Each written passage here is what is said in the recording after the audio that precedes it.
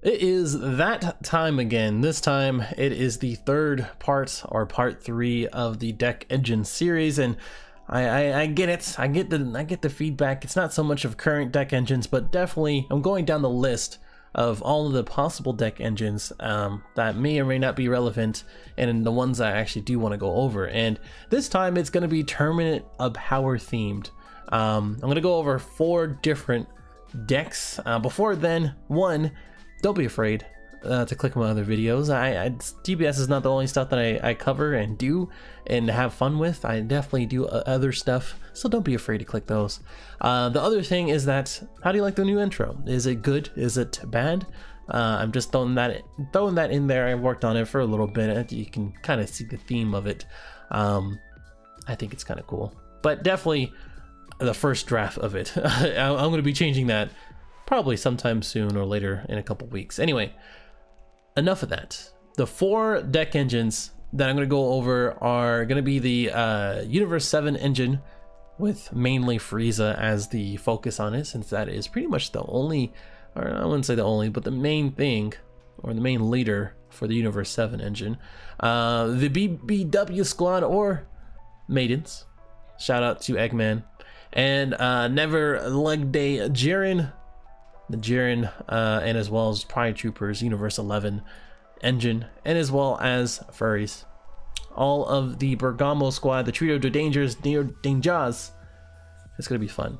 So let's go into the first one. Oh, I forgot to mention that I do have timestamps either in the comment below as soon as I get to it, or in the description, so definitely check those out, so that way you don't have to watch the whole thing.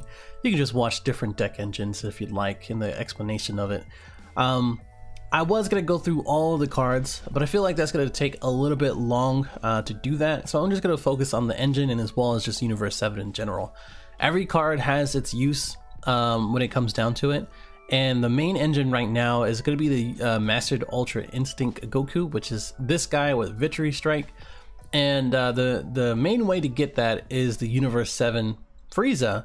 And that really shows because one of the last regionals, I believe, or at least ARG event, was taken by Universe 7 Frieza by the guy from Pro Play Games, I do believe. I think George, was it?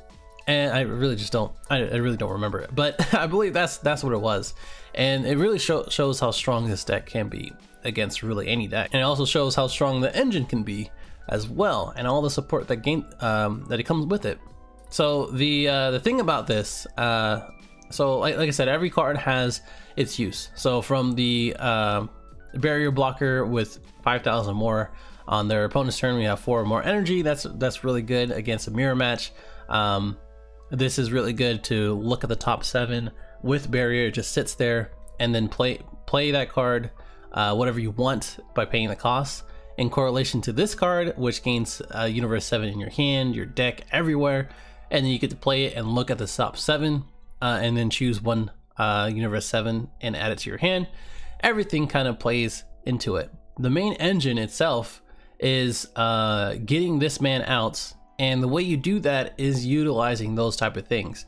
And this guy is the top 3 tutor in order to get your Universe 7 pieces, and using his ability, which drops 1 Universe 7 into the drop area from your hand, and then drawing 2 cards helps even more by thinning out your deck, and as well as getting rid of stuff that you don't need. So the main thing is that you play him in order to find what you need on the first turn, depending on the matchup. Most of the time that's what you're going to be doing. They don't want to attack you by giving more cards unless it's critical, which we'll go into later. And then turn 2, you either objection, which most of the time is going to be with this leader.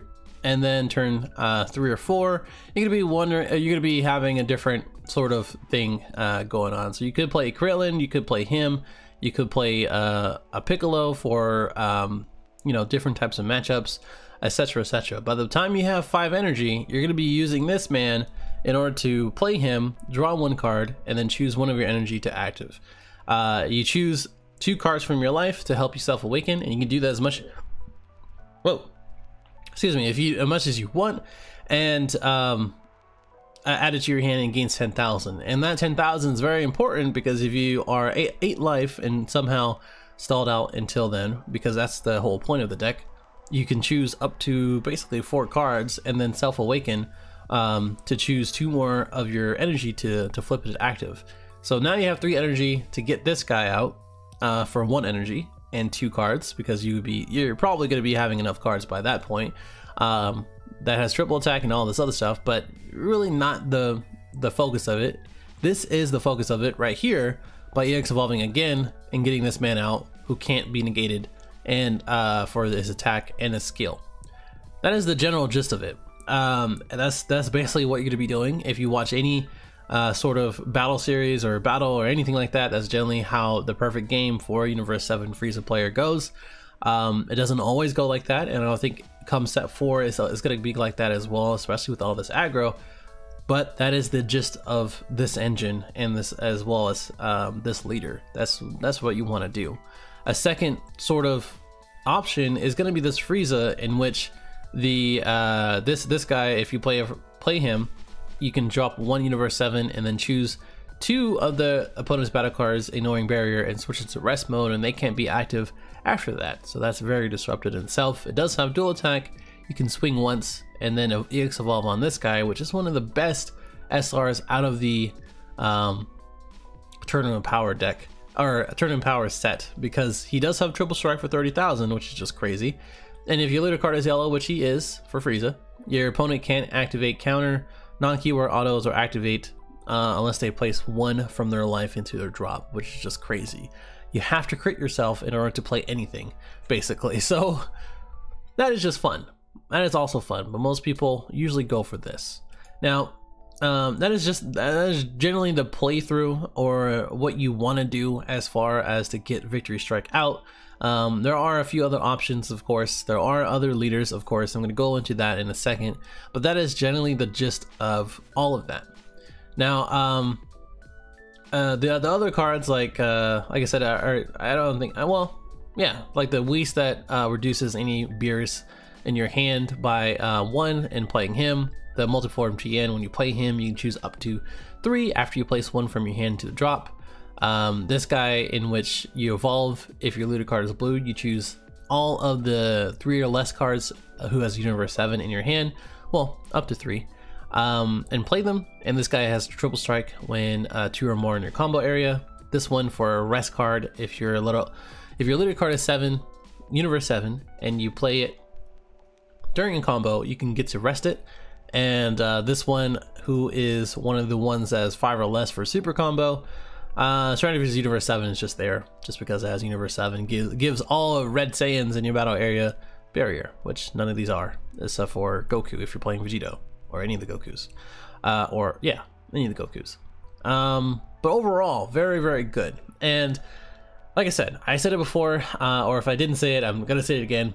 There are a lot of deck profiles in which go into the playthroughs of that. I would definitely look through those first, watch a few battles, and then come back to this to understand, why these cards are the way they are. But the whole thing of it is getting Master UI Goku out, getting the Frieza out, and then controlling the game. So let's kind of go through all of the pros and cons of this. So the pros, if we're talking through Universe 7 Frieza, and just in general, of how you can build a deck in itself, and as well as just the engine. Control is king as far as this goes. With all the yellow support, like the Flying Nimbus and Crusher Ball and all these other ones, not so much Cold Bloodlust, which this would be a really, really, really good leader instead of a really good leader. Control is very much of a thing when it comes down to playing this sort of deck and engine with that.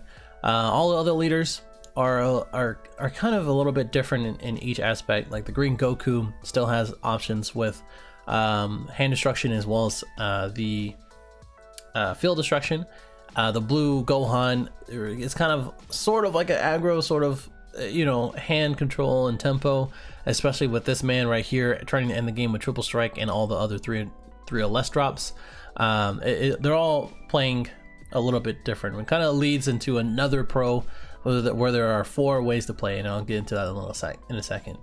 The no specified cost, which is one of the things I didn't mention, is that you don't have to play the specified cost or pay the specified cost for energy when you play any of the Universe 7 cards. So The first thing is that, like, for Focus Mind Son Gohan, if you have this guy, this girl, and as well as Frieza, you can use all three of these guys in your energy and play him. It doesn't have a specified cost. You can just kind of just play it for whatever you want.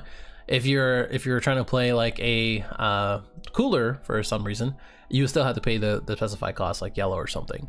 So keep in mind for that. It is definitely I would say underappreciated sometimes when it comes down to it. It just makes everything flow a little bit better and easier when it comes to playing the cards and sending energy. Victory Strike is a huge plus. It's the first card that has it. It is very well suited to be a secret rare in itself, and just taking one life, not being able to negate it, and not being able to negate the skill is huge. So I would definitely say that is a huge plus. There's not really much to say about that. When you're playing the Universe 7 Goku before the Master Ultra Instinct Goku, with the Goku leader who is green, or anybody else like Cell or Android 17, 18, Android 13, any of the leaders, even Piccolo, a hand destruction and as well as field destruction is definitely a thing as far as that goes, especially if you throw in a Krillin for some reason. Well, I mean, you could do that because you still need these to drop. So there you go. The tournament power support, the dedicated support for this is probably the best, I would say, simply because of the specified costs.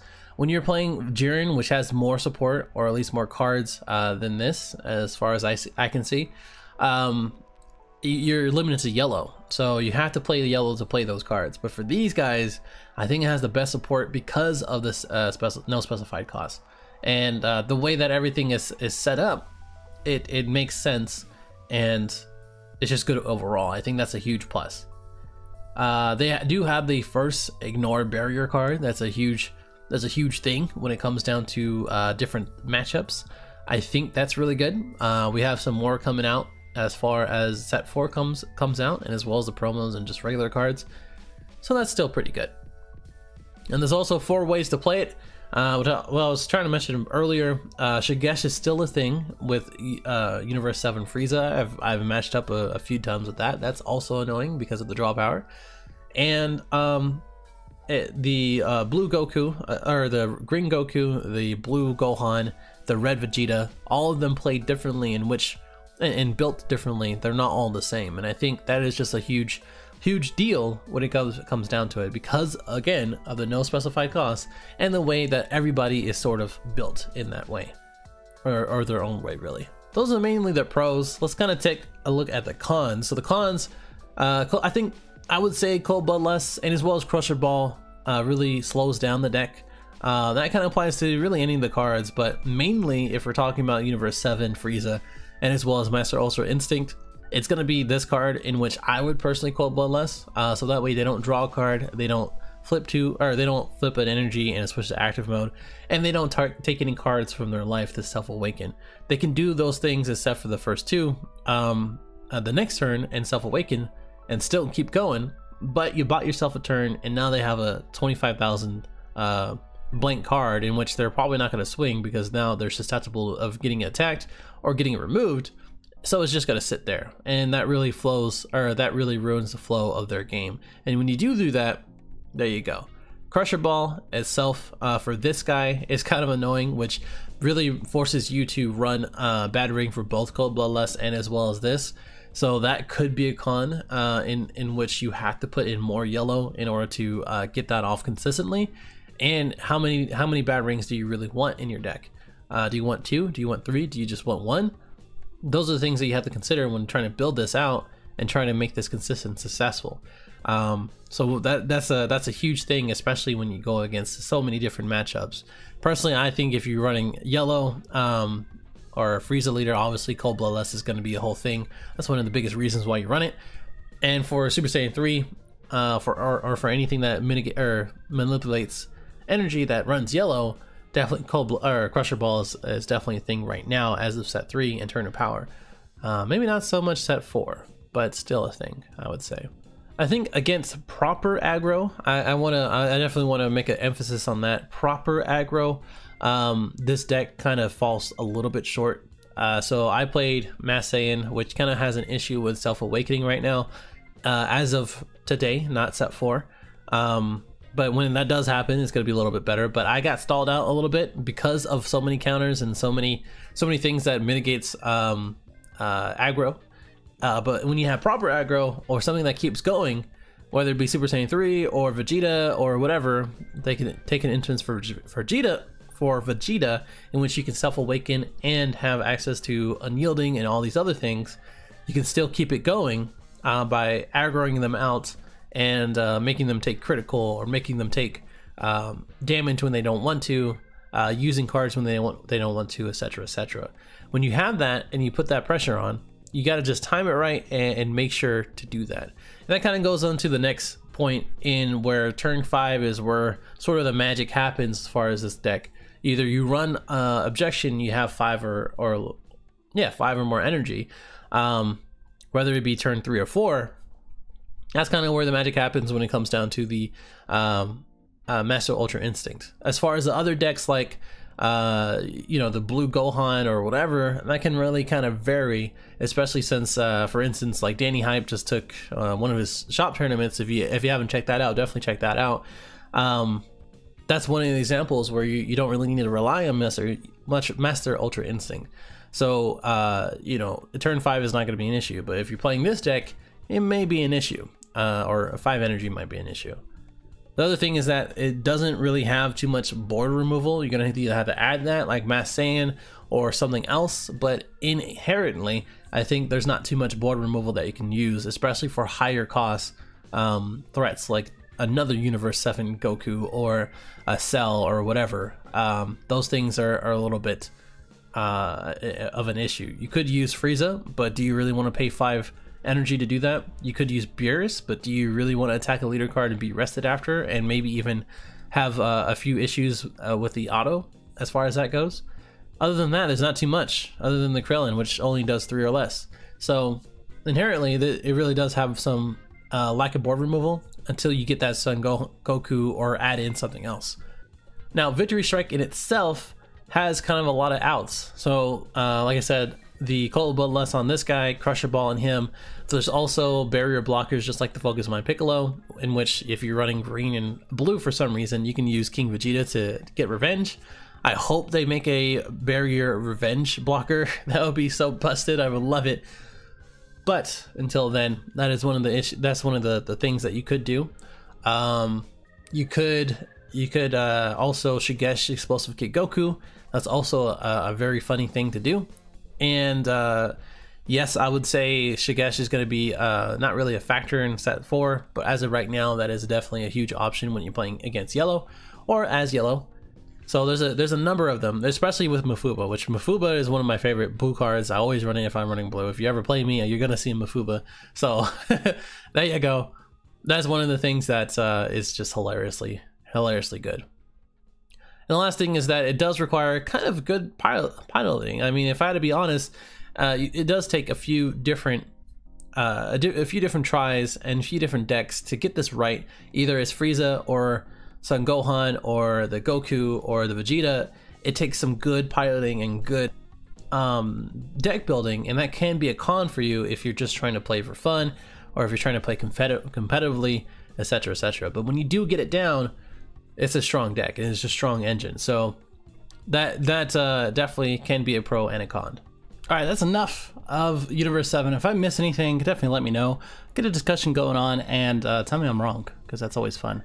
Let's move on to the Bbw Squad, or all the maidens. It's really just one Bbw, right?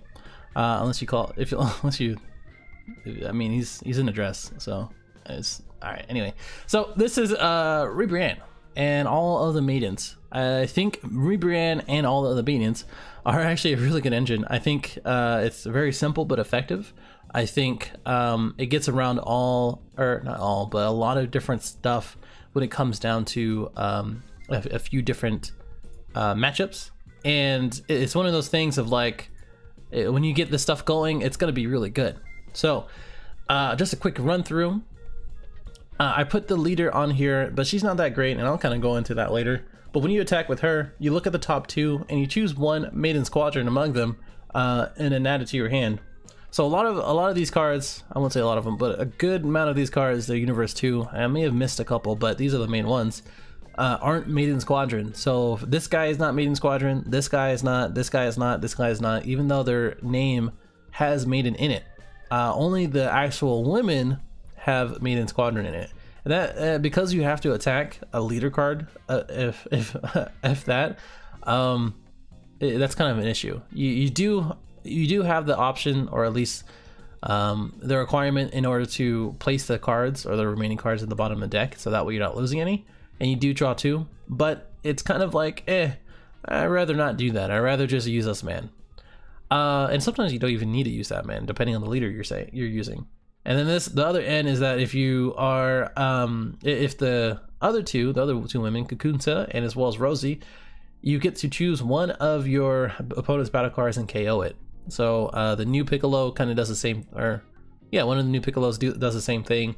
This is kind of the new introduction of that, of being able to KO every single turn, or having the option to do that. But it does require these two to be on the field.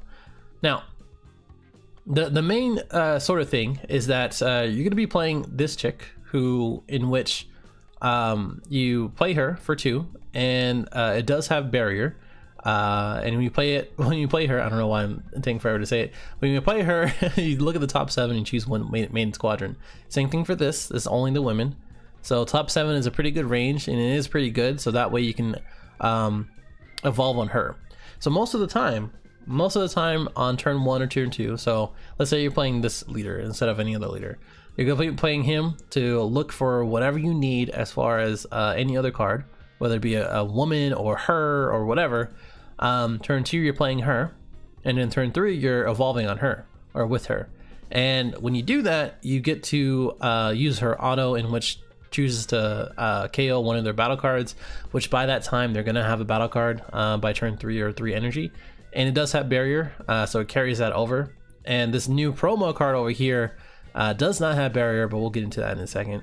And when it attacks, if Kakunsa and Rosie, the other 2 women, are in the battle area, you choose 2 cards from your opponent's hand and place them in the drop area, which is crazy because you get to do that every single turn. She also has barrier and 25,000, so she's kind of hard to get rid of, other than Zeno, outside of Zeno, and as well as just attacking, I suppose. Yeah.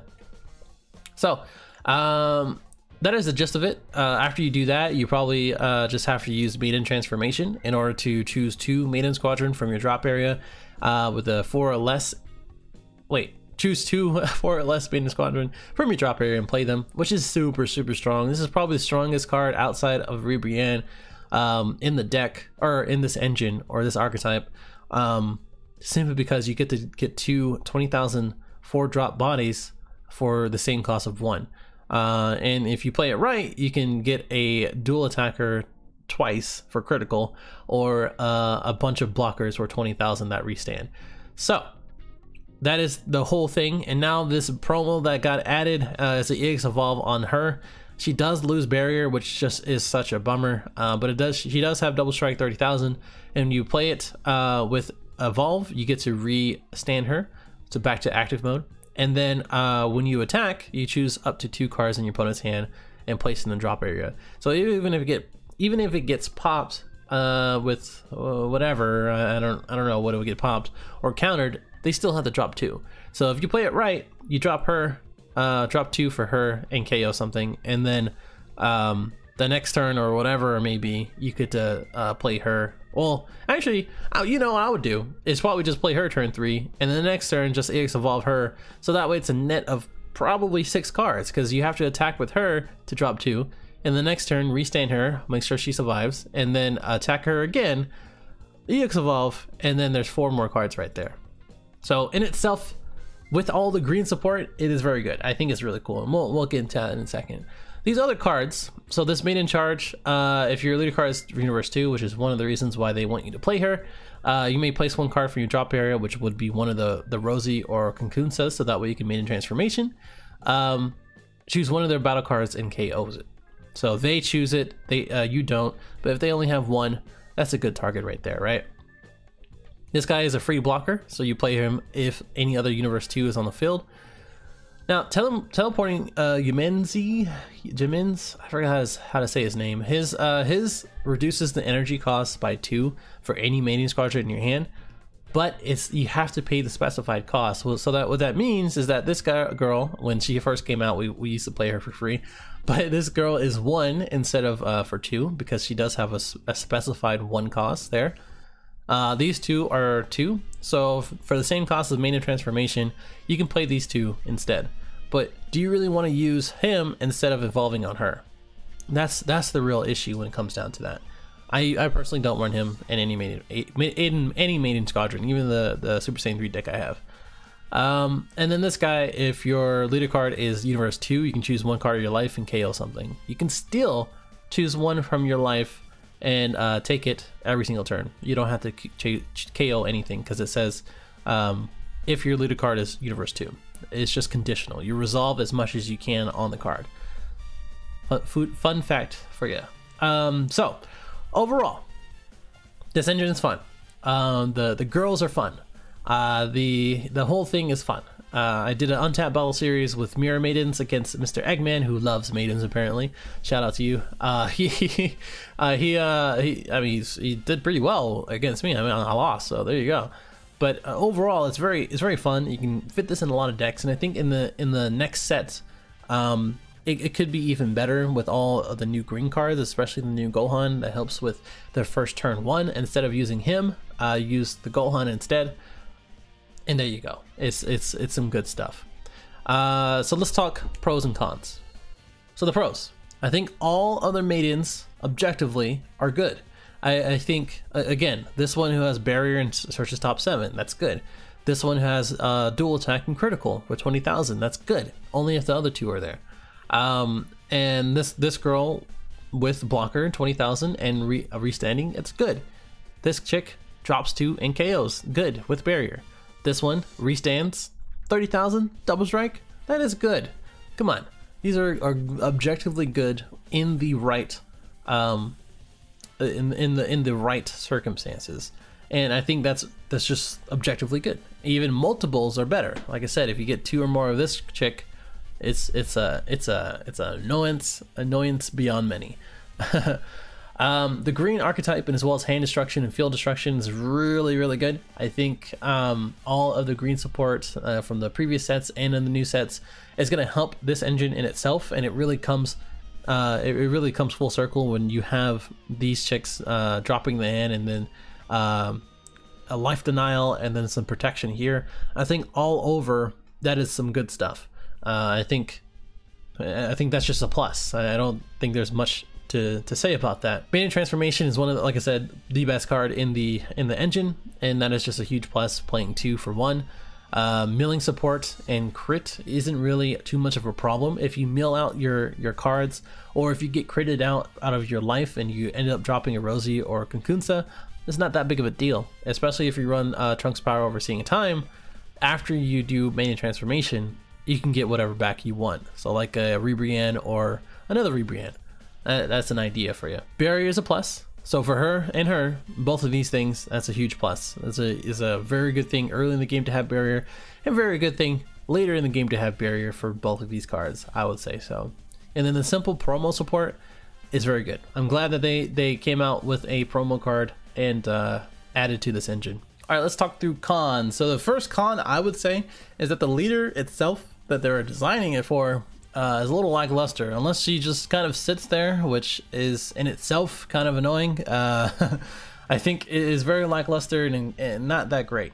And that's the thing. I mean, when you're designing a leader, as far as that goes, I personally would not put it a leader card. I would definitely, for people to have more incentive to play her as a leader, to only have it when she attacks. And I get it, especially since it has the standard attack leader draw a card. I get that they want them they want the games to go a little bit longer or shorter, or at least to speed up the game a little bit, but I don't think that's enough incentive to play her as that. That's why people are using Super Saiyan 3, Cell, even Android 17, Mira, all these other ones because of that, since it doesn't, she doesn't really, it's not really all that great. The Awakened side is pretty good, but it's very conditional.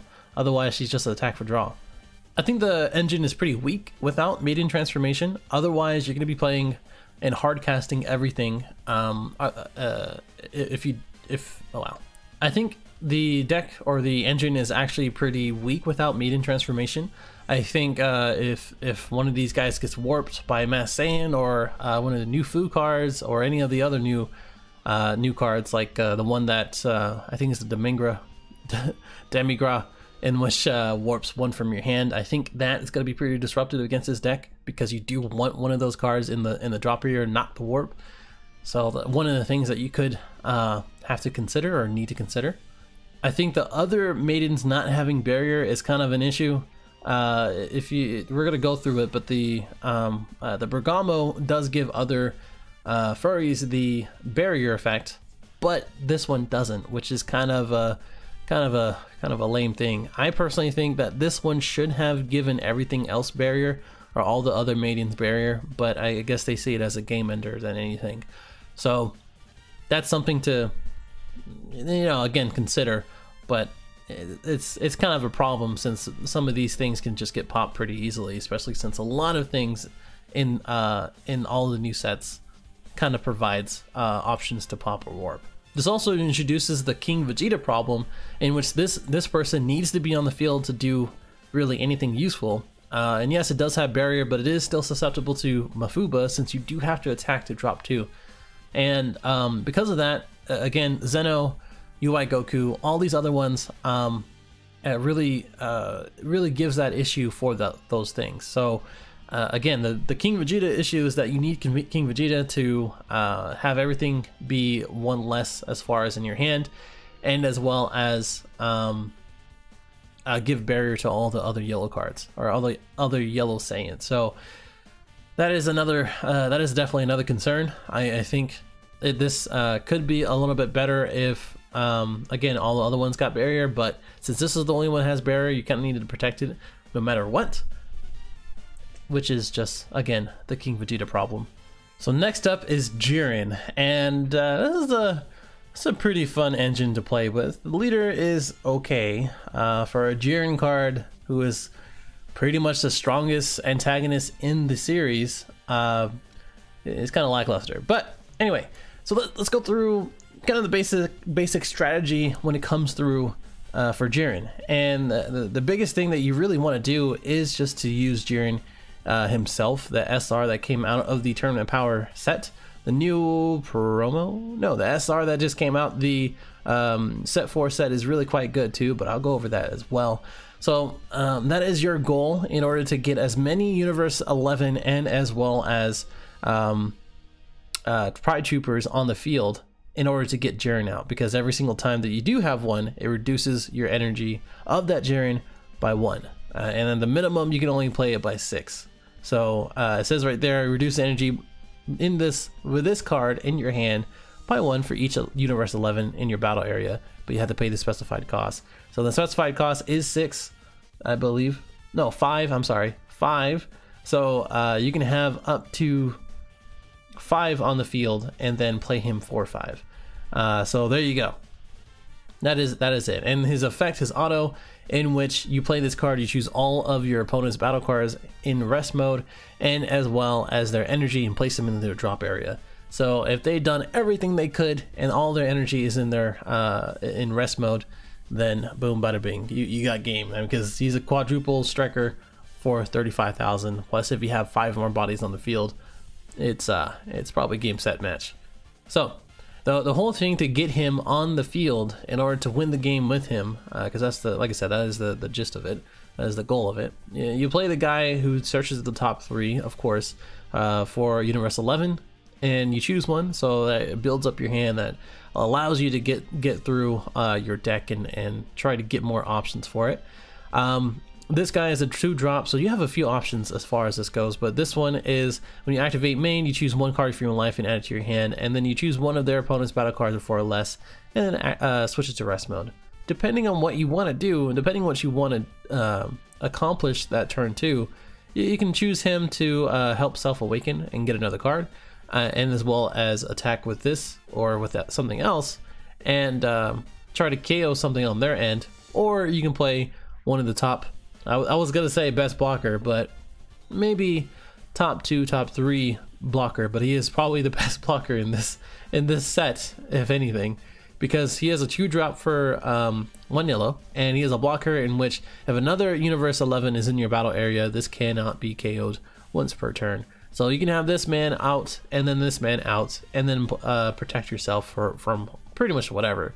Yes, he still can be popped, but with the set 4 support coming out with the Ox King, he's going to be pretty good with getting barrier and not being able to KO it easy, because you're going to have to attack twice at least to get rid of him, which is just so annoying. I just hate this card so much.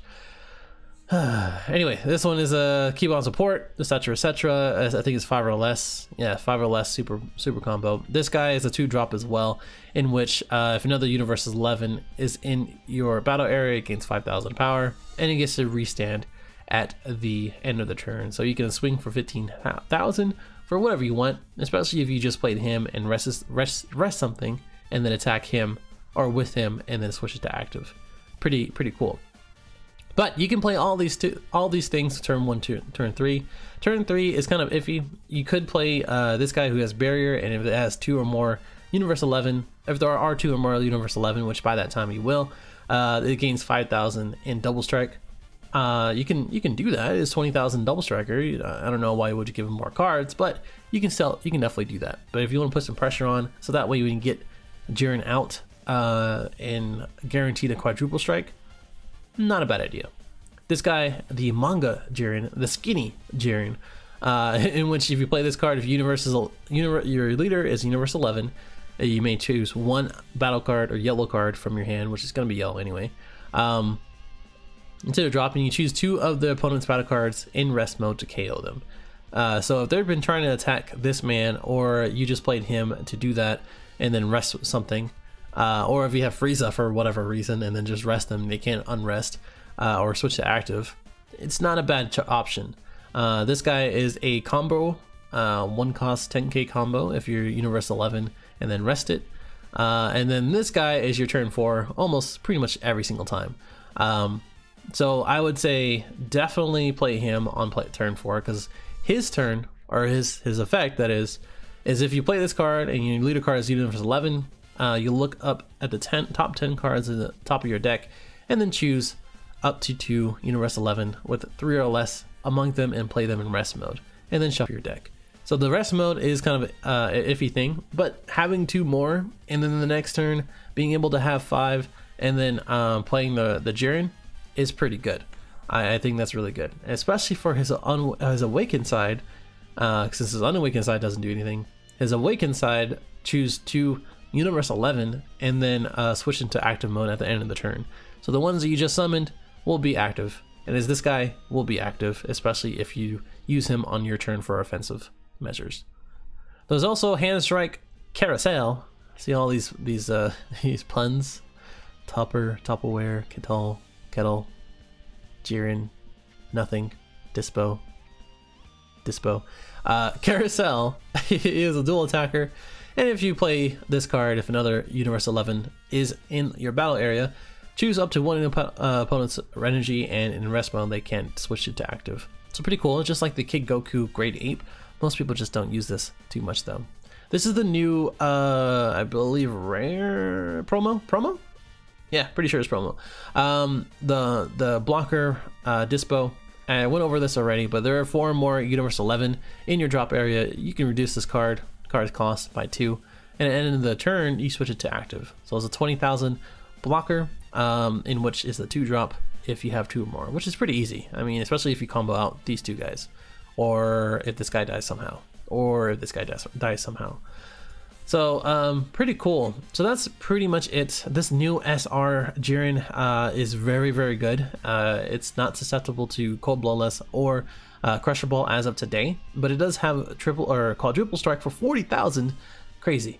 And if there are 9 or more Universe 11 in your drop area, reduce the energy cost in your hand for this card by 6. So it's a 6-drop after this guy for playing for 5. So if nothing goes right for this guy, he gets KO'd or whatever, or you combo out everything, which is kind of the whole thing about it. You combo out everything, and then you have 9 or more Universe 11. You can just play him right after.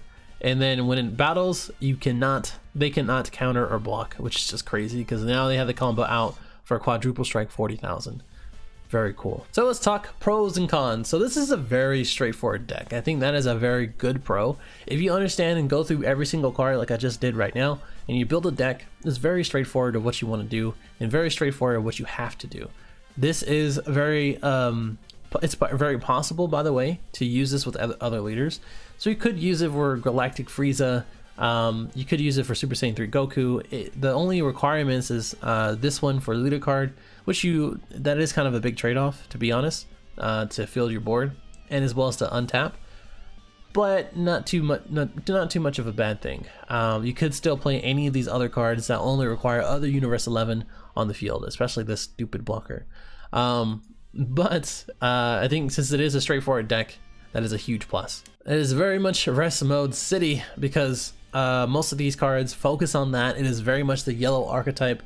I think Bandai really made it a point in this set, the Tournament of Power set, and as well as set 4 to keep in line with the theme for that. It'd be really different if yellow suddenly went aggro or blue suddenly went like destruction of everything and hand destruction, which kind of is for Hudagon, but we'll get into that later. But it is very much of a rest mode city when it comes down to that. I think that is really good for yellow. I think there's a lot of support, like I said, for Frieza and all these other ones. So that is a huge plus and a huge pro. This new SR support is awesome. This new promo, promo is gonna be. That's gonna bother me. I'm just gonna see if I can click it. Oh, I can't click it. All right, never mind. I'm pretty sure it's a promo. I'm gonna look it up.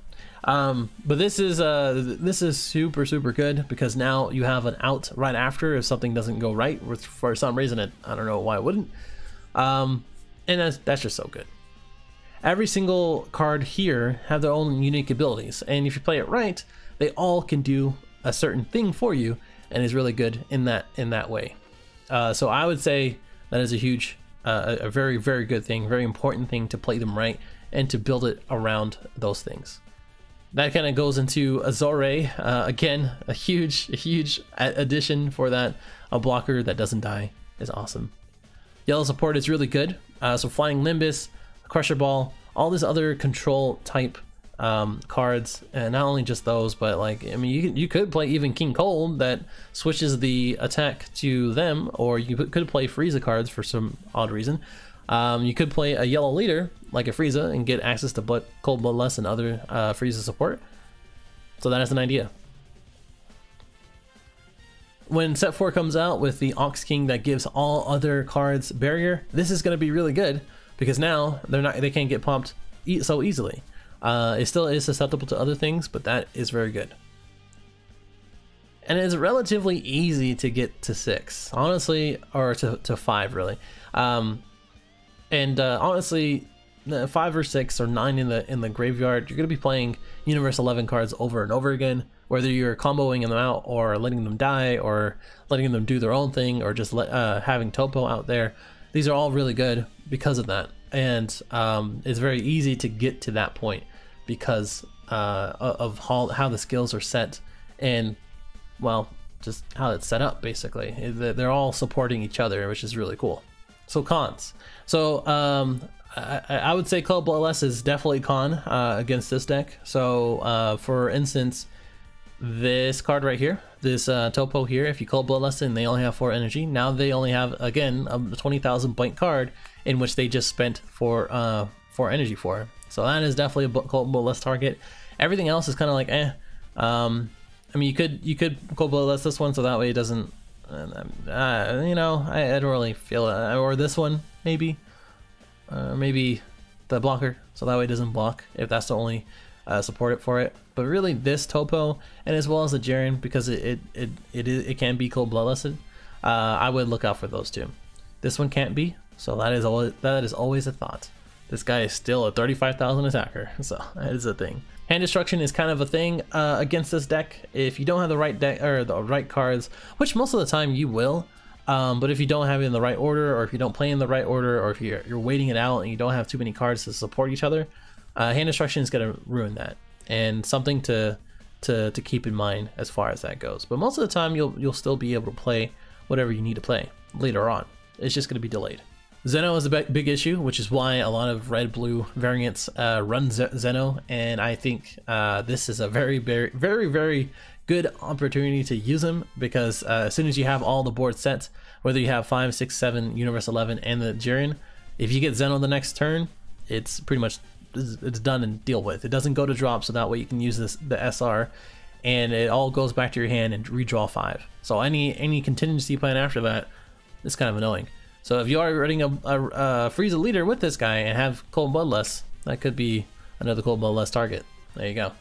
UI Goku is another thing, so it returns everybody from the board onto it, especially if they're playing blue-yellow, and flying Nimbus 1, especially the Geryon, because it can be countered, at least the old Geryon. And then flying Nimbus, and the next turn you get UI Goku'd. That's going to be an issue, because now they're swinging for a triple strike and no combo. So there you go. It does take some time to get going. It doesn't really fit with the meta too well, because now you have to have all the pieces on board. You have to have everything going the right way, and you have to kind of stall out until you get your Geryon out, or you get whatever out. You could use everybody else to attack, but you're just giving them cards, because none of them have access to critical. None of them. So that is another note to take. And going into that, Geryon isn't really always an option. Sometimes Geryon can be popped with Kid Goku or something, or it can easily be popped since it doesn't have barrier. Even the new Ox King won't give it barrier, so if they survive one of those turns and you're going against a Cell or something, then he's just gonna get popped. Finally, let's get through the last one, which is the Furries, or the Trio de Dangers engine. And this one is a pretty fun one. Now the leader card is a attack and draw 1, and when Lavendar and Bazale is in your battle area, your opponent cannot attack this leader card, basically. So your opponent leader card cannot attack this card. Sorry. So your opponent's leader card cannot attack this card. There you go. And in compilation or in correlation with this card, in which if this is in rest mode, your opponent cannot attack that card with their battle cards. It does not have barrier, which it can be popped, but the other two will have barrier. So the gist or the strategy in which you need to have for this one is you're going to be playing this guy on your first turn, which starts at the top 3 in your deck. Just like all the other engines, it gives you options in order to find what you need as far as to start out the game. Turn 2, you can play this man, in which you attack if another Trio de Dangers is in the battle area. Then you choose one of their opponent's battle cards for a less and KO it. But if you attack and there's no cards, then you don't have that effect. And if you play it and it gets popped or warped, then now you just lost a wolf dog for nothing.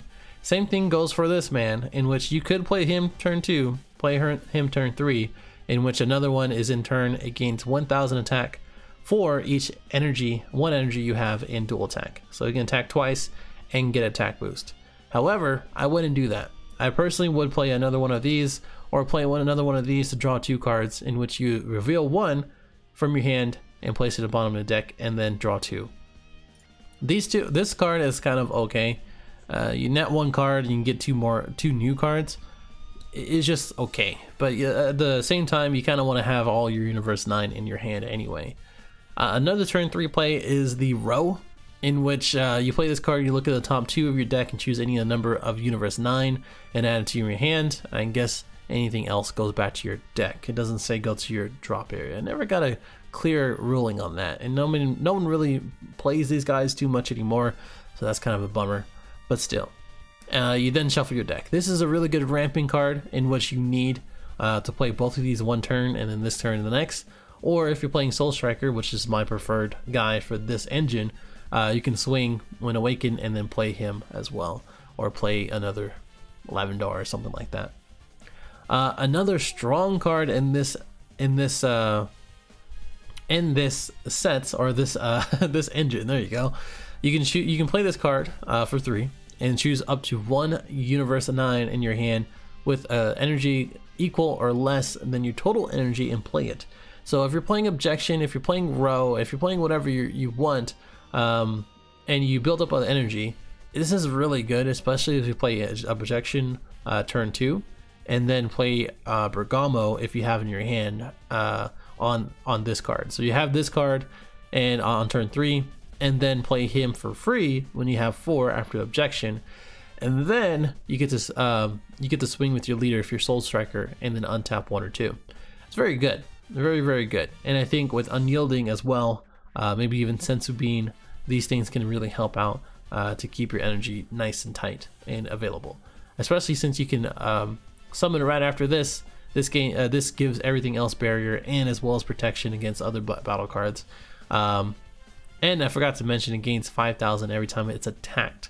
So every time they attack it, which their battle cards have to, if it's in rest, they have to attack, and it gains 5,000 each time. So it's 25,000 at the minimum when it is attacked, and then you can combo out easily. And then if they attack again, it gains 5,000, 30,000, so on and so forth. Very good.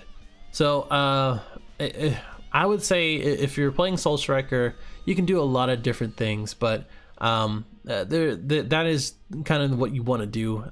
Search out everything, wait until turn 2 or 3 to play either Row or Comfrey, and play the Bergamo or another Universe 9, because Comfrey doesn't have a restriction, since you can play this guy when you have like 7 energy, and then play this Bergamo, which has double strike, and if the other 2 wolves are in play, they can't place any energy. I played this a couple times, which can be a little bit helpful, but since it just doesn't, I don't know, it doesn't really, I don't know.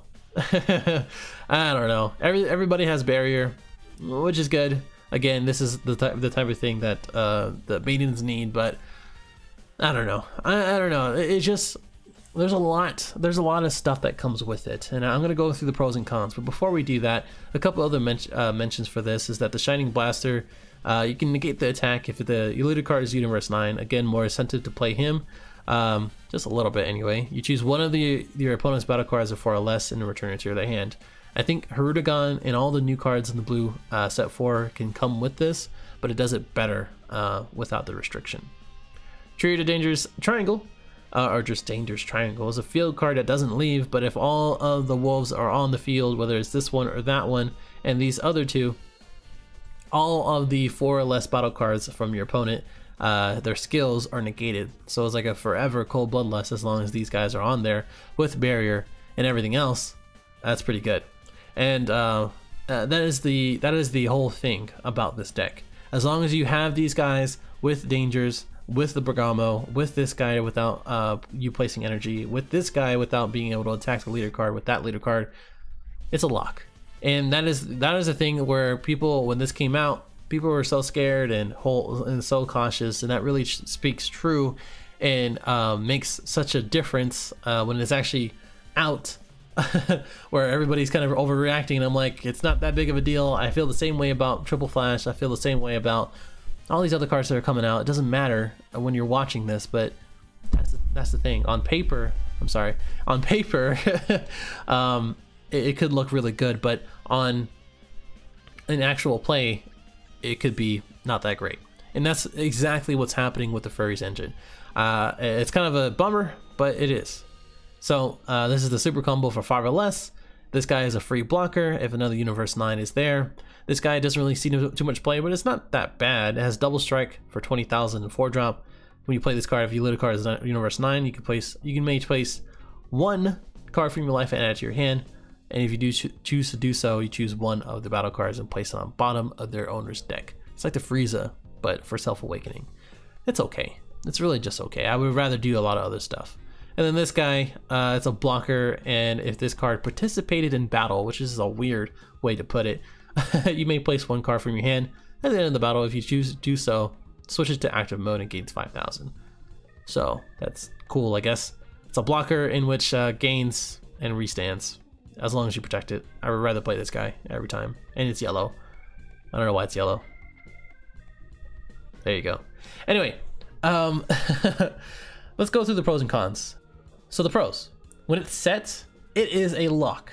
When you get everything else, where they can't place energy, where they have to attack your Bergamo without their leader card, and they can't attack your leader card, and the ruling for this, if you have 2 Bergamos, by the way, their battle cards can't attack this at all. So if you have this guy and everybody's out, it's kind of a lock as far as that goes. So that's always cool. But because of the way that this leader is, it's like you know, it's whatever. But when you do have that, it is definitely a lock. This one does have a lot of good effects and benefits. There are a lot of conditions to it, but I think because of the multiple effects, it is a very fun deck and engine to play. If you haven't tried these guys out, they're fun, especially if you're not going to get something meta. Bergamo is a huge plus to this engine and for any deck, to be honest with you, because this Bergamo here can be played in any blue deck, because the permanent is separated from the other permanent, and the auto is separated from that permanent for the Trader of the Dangers. So you don't have to play any of the Trader of the Dangers to play this card. You can just swing for this guy, and then just let it sit and rest, and that way their battle cards have to attack it. The only way to get rid of it is if they pop it or kill it. So that is something to keep in mind. Barrier support is big as far as this Bergamo 2. It says all Trader of the Dangers in your battle area, including this one, will gain barrier. So as long as these two are out, this guy gets barrier, this guy gets barrier, this guy gets barrier. I think that is good stuff. Ro and Comfrey are very powerful 3-drops because of his no restriction, in which has to be like what you can play. You only just need a universe. Well, I'm sorry, no restriction of how much energy you have to have. I think this is super strong. At the minimum, you can play a 3-drop Universe 9, which can be Ro, by the way, and then proc his effect off. And you can just play whatever you want, a 5-drop, 4-drop, this guy, whatever, and it still works. So that's still pretty good. Ro in itself is really good when it works. It's the Grand Tour spaceship problem, but very good when it works. And all the new set 4 blue support is really quite good, I would say, for this deck. Denial of their cards on the field, denial of their cards in their hand, and as well as bouncing and putting their stuff on deck, or top deck, or bottom deck. It really is really good for that. Now that kind of leads me to the cons. So the cons, again, I mentioned earlier, he is a very lackluster leader, just like the problem with the themed maidens with Miss Brienne. That is the biggest problem with this deck, or this engine, is that if you want to play him, he's not that great. He has a switch 2 to active, which I think he should be 2 for draw, and it'll be a lot better for that. But that's just me. It's just overall not that great. It's good, but very gimmicky. Very gimmicky on that side. So the Grand Tour spaceship problem with Ro is that you have to dedicate so many cards in order for it to work. So the top 2 is not very high. I think it should have been top 3 or top 4, and then just drop everything else. So that way you have that issue taken care of. But it gives you even more of an option for that. So search top 4, and then choose 2 of Universe 9. I would definitely do that instead. But because of the way it is worded, unfortunately, it is all or nothing to keep all of your Universe 9, and it forces you to play that engine. It's either you play all of them, or you play a few, like the wolves, and then you just don't play this guy.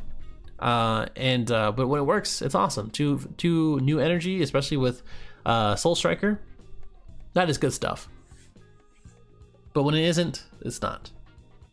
Drawing dead in this deck also is kind of a bummer, because if you draw this guy or whatever, any of the Universe 9, and you're going against a Cell or whatever the matchup is that pops, you can't play anything. It's kind of a dead draw, and it depends on how you build the deck with the engine. But I think if you're playing all of them because of Ro, or if you're playing all of them because of the Bergamo squad, you can draw dead, which leads to energy consumption, in which you have to play a lot of energy just to play the cards.